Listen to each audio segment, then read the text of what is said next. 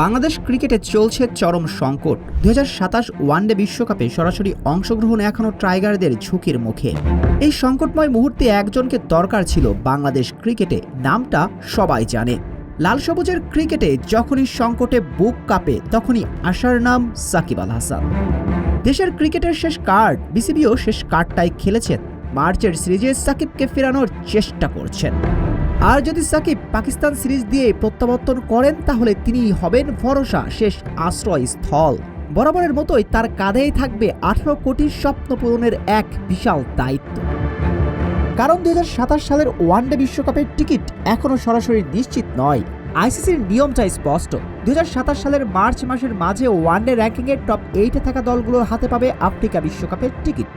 কিন্তু আইসিসির ওয়ানডে র্যাঙ্কিংয়ে মেহেদী হাসান মিরাজের দলের বর্তমান অবস্থান তলানির দিকে। তাই তো আগামী এক বছরের মাঝে অন্তত উঠে আসতে হবে সেরা 8-এ, তবেই সরাসরি বিশ্বকাপে খেলতে পারবে বাংলাদেশ। আর র্যাঙ্কিংয়ে সেরা 8-এ জায়গা পেতে চাইলে এই এক বছরের মাঝে অ্যাওয়ে সিরিজগুলোতে মাথা তুলে দাঁড়াতে হবে। সঙ্গে যে কয়েকটি হোম সিরিজ খেলবে টাইগাররা, তার প্রায় সবটাই জেতা জরুরি। যার প্রথম মঞ্চ আগামী মার্চের পাকিস্তান সিরিজ। সালমান আগাদের বিপক্ষে ঘরের মাঠের সিরিজটি গুরুত্বপূর্ণ লাল সবুজের দেশটির। লক্ষ্য একটাই, যে কোনো মূল্যে সিরিজ জয়।